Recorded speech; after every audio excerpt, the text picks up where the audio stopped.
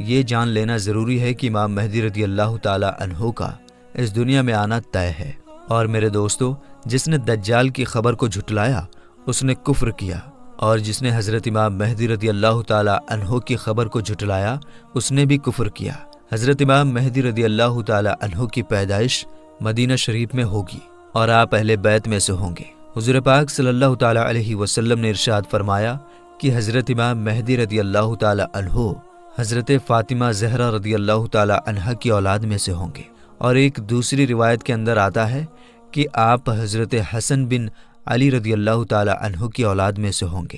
حضرت امام مہدی رضی اللہ تعالی عنہ کا نام حضرت محمد مصطفیٰ صلی اللہ تعالی علیہ وسلم کے نام مبارک محمد پر ہوگا یا احمد پر ہوگا، اور حضرت امام مہدی رضی اللہ تعالی عنہ کے والد کا نام حضور پاک صلی اللہ تعالی علیہ وسلم کے والد کے نام پر ہوگا۔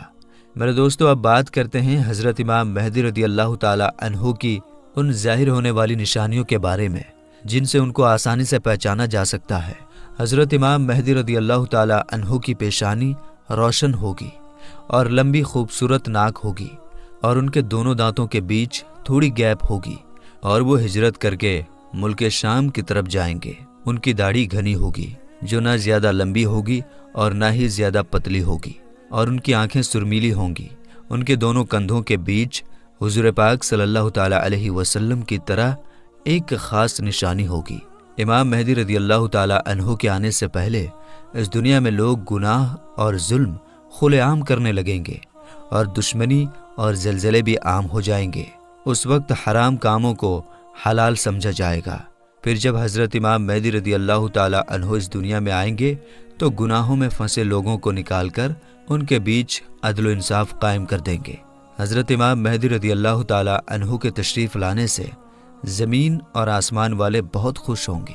اس وقت حضرت امام مہدی رضی اللہ تعالی عنہ غریب لوگوں میں مال و دولت بانٹ کر امت محمدیہ کو امیر بنا دیں گے، اور حضور پاک صلی اللہ تعالی علیہ وسلم کی سنتوں پر عمل کرتے ہوئے زندگی گزاریں گے۔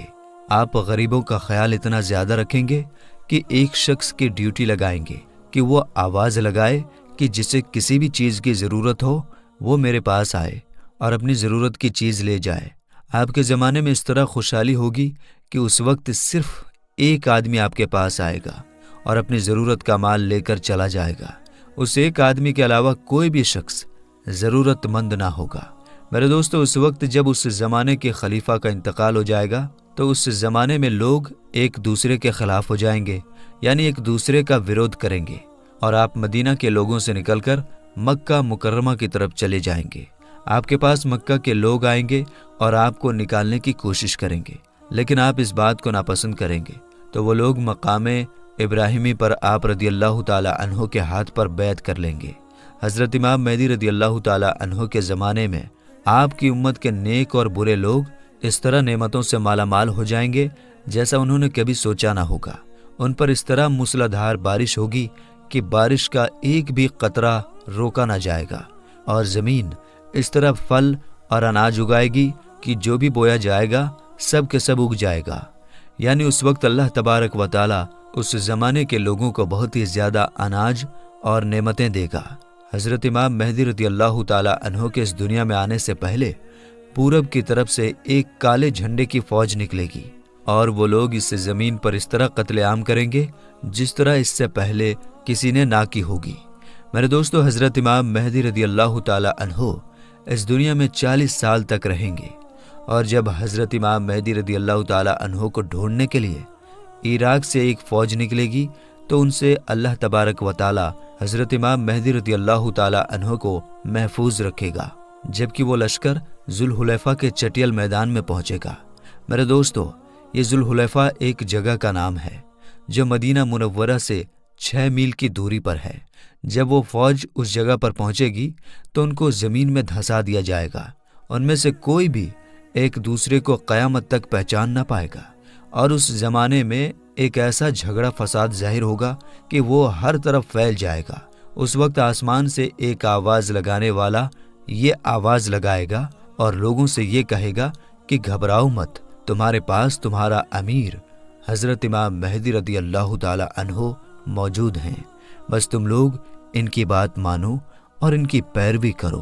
حضرت امام مہدی رضی اللہ تعالی عنہ جب اس دنیا میں آئیں گے تو آپ کے سر مبارک پر امامہ شریف ہوگا، جو کہ نبی کریم حضور پاک صلی اللہ تعالی علیہ وسلم کی مقدس سنت ہے۔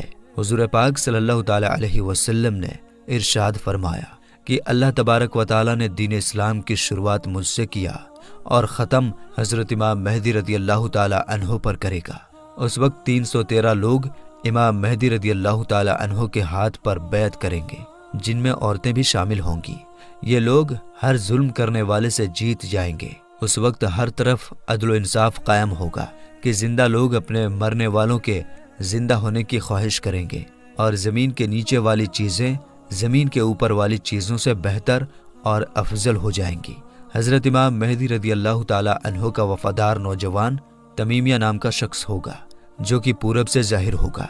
اس بیچ حضرت امام مہدی رضی اللہ تعالی عنہ اور ان کے ساتھ ایمان والے لوگ ملک شام کے ایک مشہور شہر دمشق کی جامع مسجد میں ہوں گے، اور فجر کا وقت ہوگا تو حضرت امام مہدی رضی اللہ تعالی عنہ ان لوگوں کو فجر کی نماز پڑھانے کے لیے آگے بڑھیں گے۔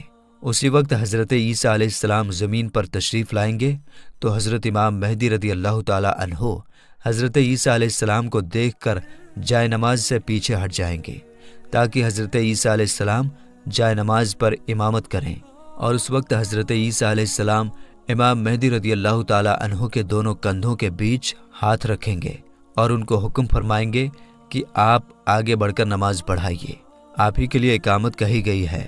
تو اس طرح اس وقت حضرت امام مہدی رضی اللہ تعالی عنہ حضرت عیسیٰ علیہ السلام اور ایمان والے لوگوں کی امامت فرمائیں گے۔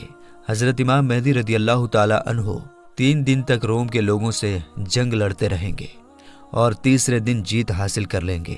اس جنگ کے بعد وہ قسطنطنیہ شہر کو بھی فتح کر لیں گے۔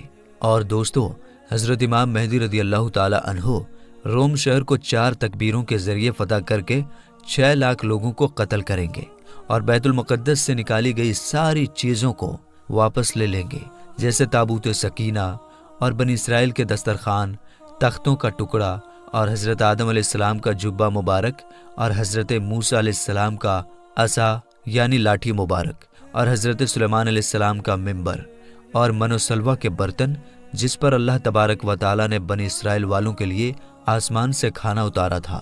اس کے بعد حضرت امام مہدی رضی اللہ تعالی عنہ اس شہر کی طرف جائیں گے جسے کاتے کہا جاتا ہے، جس کی لمبائی 1000 میل ہے، چوڑائی 500 میل، اور اس شہر کے 360 دروازے ہوں گے، اور اس کے ہر دروازے سے لاکھوں جنگ کرنے والے نکلیں گے۔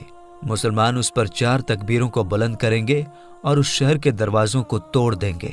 اس وقت مسلمان وہاں سے بہت سارے مال غنیمت حاصل کریں گے اور پھر وہیں 7 سال کا وقت گزاریں گے۔